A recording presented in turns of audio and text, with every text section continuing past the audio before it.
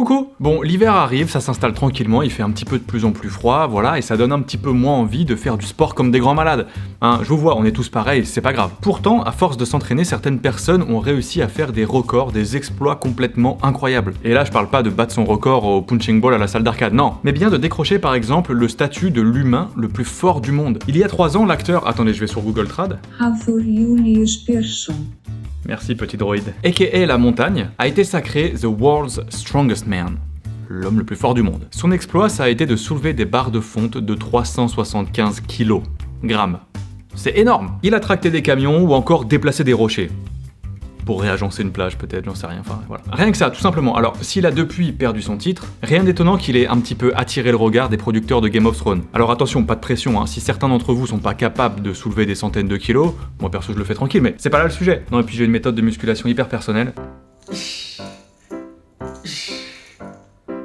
Bah en fait, ce qu'il faut se dire, c'est que nos exploits sportifs à nous les humains, ils sont super loin d'égaler en fait ceux de nos copains les animaux. Mais vraiment, on est des bouses. Alors aujourd'hui, dans cette vidéo, pas question de faire un top 10 sur les animaux les plus forts, ça aurait pas trop de sens, hein, c'est pas ça le but. Tout simplement car ça n'aurait aucun sens parce que les échelles de taille perturberaient le classement. On va essayer de voir quels sont les animaux les plus forts ou avec des forces totalement étonnantes, de comprendre pourquoi physiologiquement, bref ça va être trop bien. On va revenir sur la force colossale ou insoupçonnée de certaines espèces capables de porter leur propre corps ou pire encore. Tenez-vous bien. Pour commencer, on va parler bien sûr des animaux qu'on n'aimerait pas trop croiser un petit peu énervés, tu vois. Et à ce petit jeu, la baleine bleue est tout simplement en tête. Alors ok, vous allez me dire, elle ne peut pas se soulever et saisir des trucs ou encore donner des coups de pied, mais rien que tout simplement pour pouvoir se propulser dans l'eau, le plus grand animal ayant jamais vécu sur Terre a besoin d'une force colossale. En fait, à l'aide de grands groupes musculaires situés près de sa queue, elle est capable de générer une force de poussée de 63 000 newtons. C'est en tout cas ce qu'ont calculé des chercheurs en 2011 en se basant sur une baleine de 27 mètres lancée à la poursuite d'un banc de krill. Ok, alors pour vous donner un ordre de grandeur, histoire qu'on puisse comparer un petit peu, ça fait toujours plaisir, 1/6 de cette force seulement, donc 1/6 de 63 000 newtons, suffit à accélérer une voiture d'une tonne à une vitesse d'1 mètre par seconde. Donc faites le calcul, hein, pour cette même voiture et la poussée de la baleine bleue de 63 000 newtons, on est donc sur une accélération de 6 mètres par seconde. Même topo pour l'éléphant qui lui en plus est le mammifère terrestre le plus puissant en force pure. Alors pour comprendre pourquoi, il y a tout simplement qu'à s'intéresser à sa trompe. Aucun os n'est à déclarer dans cet appendice. Il y en a pas. Juste du muscle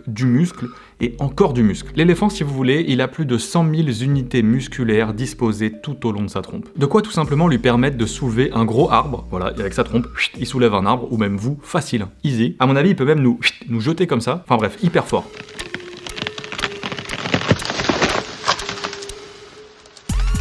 En comparaison, si vous voulez, l'homme ne possède que 600 unités musculaires tout au long de son corps. Voilà. 100 000, 600. Wow. Bon, et puis même si j'aimerais pas trop me retrouver nez à nez avec un éléphant de 7 tonnes, faut tout de même relativiser. En comptant son corps, il est capable de soulever environ 9 tonnes, soit seulement 25% de son poids en plus. Ce qui est finalement vachement moins impressionnant. Ok, dans la catégorie poids lourd, on retrouve aussi l'anaconda. Moi j'aime pas ça. Les serpents, c'est pas mon dél. Vous savez, ce boa de plusieurs mètres qui exerce une pression supérieure à la pression artérielle afin de causer un arrêt cardiaque. Pour vous donner quelques chiffres, des études antérieures ont déterminé que la force d'écrasement possible de l'anaconda était de 2 kg par centimètre carré. C'est équivalent à 10 hommes de 70 kg tranquillement assis sur votre poitrine. Alors pour déterminer ça, vraiment la pression que l'anaconda peut exercer, les chercheurs se sont appuyés sur une étude assez astucieuse. Leur idée, c'était mettre un ballon avec un capteur dans une petite proie. Une fois cette dernière enserrée par un anaconda, ils ont calculé le changement de pression du ballon. Une expérience qui leur a permis de comprendre que l'anaconda ne fait pas suffoquer sa victime, non. Il empêche tout simplement le sang de la victime à arriver à son cœur. Et du coup, arrêt cardiaque. C'est pour ça que j'aime pas les serpents, c'est des petits vicelards. Ok, on va passer à un animal qui lui aussi est giga balèze, les gorilles. Eux aussi vraiment ils ont une réputation qui donne envie de faire demi-tour quand on les croise finalement, parce qu'à tout moment il peut t'attraper et t'envoyer je sais pas où. Selon certaines sources, ces bestioles qui pourraient peser plus de 200 kg seraient en fait tout simplement 6 fois plus forts qu'un homme adulte. Parce que c'est vrai qu'un gorille finalement au niveau taille c'est peut-être impressionnant, c'est une grosse bête mais c'est pas non plus titanesque tu vois.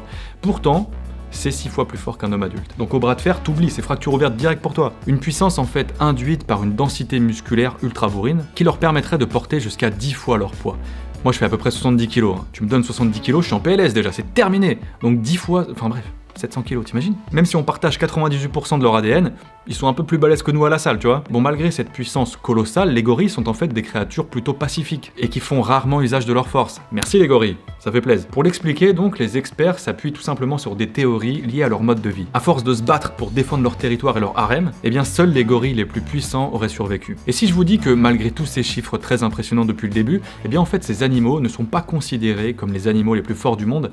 Il y en a d'autres. C'est en effet les plus petites bêtes qui leur volent la vedette. Et ça tout simplement à cause de l'effet d'échelle dont je vous parlais en début de vidéo. En fait, ce qu'il faut bien comprendre, c'est que plus un animal est petit, plus il peut porter un nombre important de fois son poids. Tout simplement parce qu'en fonction de la taille, la masse se multiplie en cubes et les muscles en carrés. À proportion de muscles égales donc, un grand animal aura donc moins de force pour soulever son propre poids qu'un petit animal. Est-ce que tu vois un peu le délire? Une fourmi aura moins de mal à porter son propre poids qu'un gorille finalement. Et ça encore, c'est même pas tout. En ce qui concerne les insectes justement, comme je viens de le dire avec la fourmi, eh bien ces derniers peuvent compter sur un autre avantage de taille, à savoir la chitine, un matériau très résistant qui constitue leur cuticule.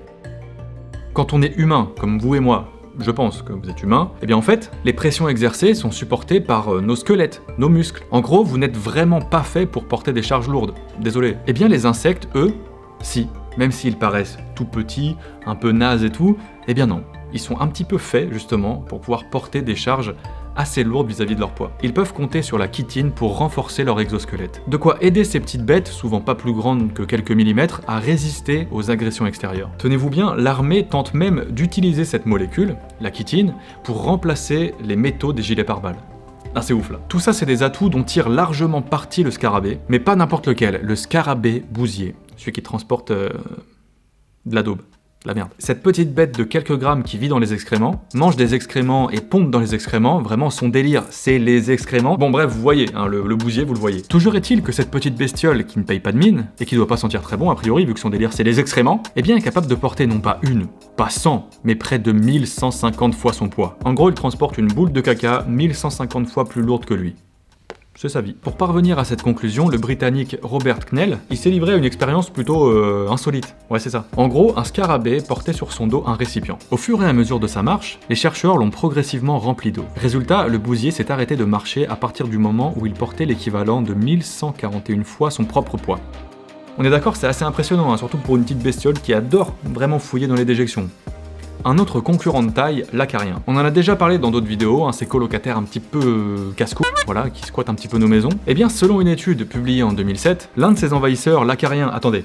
Oribei tarchegozet longistosus. Bon, lui, il aurait une force de maintien sur matière rugueuse horizontale, c'est un peu technique mais vous avez compris, en gros sur une matière rugueuse horizontale, il peut se maintenir plus de 1180 fois son poids. C'est un chiffre vraiment impressionnant pour une toute petite bestiole de 0,8 cm, c'est tout petit, mais pourtant c'est si balèze. Il pèse 0,0001 g.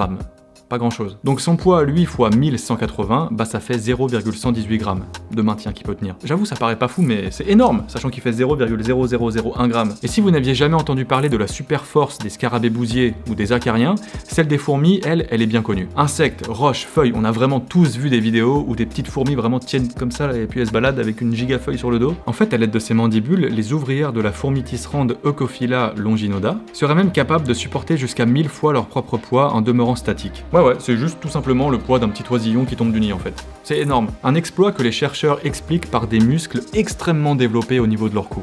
Aux fourmis. Sans oublier qu'au passage, ça leur évite la décapitation. En prenant en compte l'effet d'échelle, c'est comme si vous portiez 300 kg. Sauf que chez les fourmis, c'est un effort que vraiment cette espèce peut faire régulièrement, alors que nous, c'est juste impossible. J'espère que vous avez apprécié cette vidéo, n'hésitez pas à mettre un petit pouce en l'air. N'hésitez pas évidemment comme d'habitude à réagir dans les commentaires, ça fait toujours plaisir. Vous pouvez partager la vidéo et vous abonner pour ne jamais rien louper. Et quant à moi, je vous dis comme d'habitude, à très bientôt à la prochaine car la science n'attend pas. Salut!